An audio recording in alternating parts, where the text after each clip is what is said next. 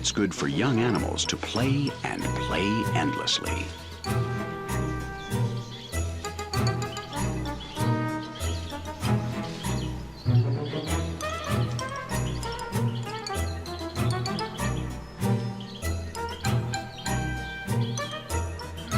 Perhaps sometimes their games seem a little violent, but they have to be.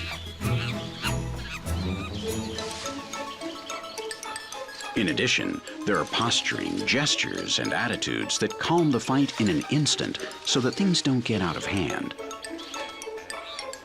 The hierarchy of the family and the group is established on the basis of all these experiences, and that prevents a lot of frustration and complications among the adult companions. At the same time, games are a kind of entertainment, as these fighting games serve to grow and develop both physically and psychologically.